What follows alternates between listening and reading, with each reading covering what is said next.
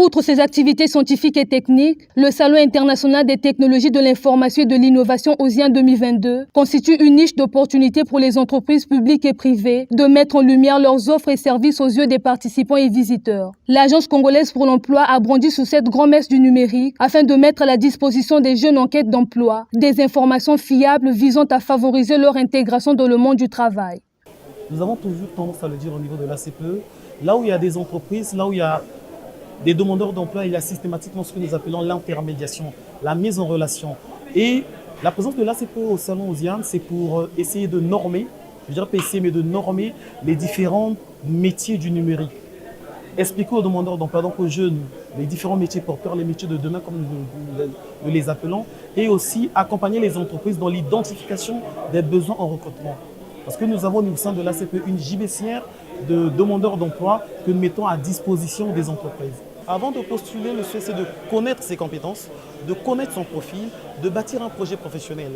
Née des centres de l'ONEMO, l'ACPE se lance sur un vaste chantier, celui de réduire au mieux le chômage, réguler et dynamiser le marché du travail en République du Congo par des solutions innovantes et durables. À cette 6e édition du Salon OSIAN, cet établissement public a dans sa grille programmatique une série de formations au profit des jeunes, avec en ligne de mire le programme 5 minutes pour convaincre. Au niveau du Salon OSIAN, nous avons prévu des activités. Premièrement, nous avons prévu l'accompagnement des demandeurs d'emploi, l'enregistrement et l'accompagnement des demandeurs d'emploi, ceux qui ont le profil de technicien ou encore d'informaticien. Mais sur ce, ainsi dit, depuis ce matin, nous avons reçu pratiquement plus de 100 demandeurs d'emploi. Et sur les 100 demandeurs, nous avons une cinquantaine qui ont ce profil qui cadre avec le secteur du numérique, mais une autre moitié c'est un profil, je dirais, mélangé. Donc, nous avons des comptables, des économistes qui viennent, des juristes. Donc, pour dire qu'autour du numérique, nous avons toutes ces différentes options qui gravitent toujours, parce que c'est un secteur d'activité qui gravite. En sus de cela, nous avons prévu des ateliers que nous avons dénommés 5 minutes pour convaincre. Vous savez pertinemment que lors des salons, les entreprises sont au fou, donc au speed. Les demandeurs d'emploi qui sont dans le besoin aussi sont au speed, nous sommes tous derrière le ton.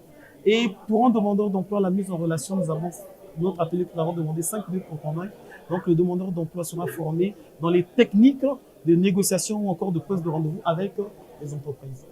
La participation de cette agence à ce salon qui cible en majorité les jeunes est une aubaine pour cette couche frappée de plein fouet par le chômage. C'est une présence qui permet d'être en contact avec les jeunes.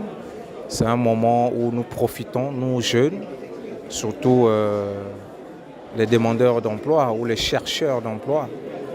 Et comme c'est une plateforme à vocation de trouver l'emploi aux jeunes, et donc, c'est une occasion pour les jeunes de rentrer en contact et de bien s'informer sur la plateforme.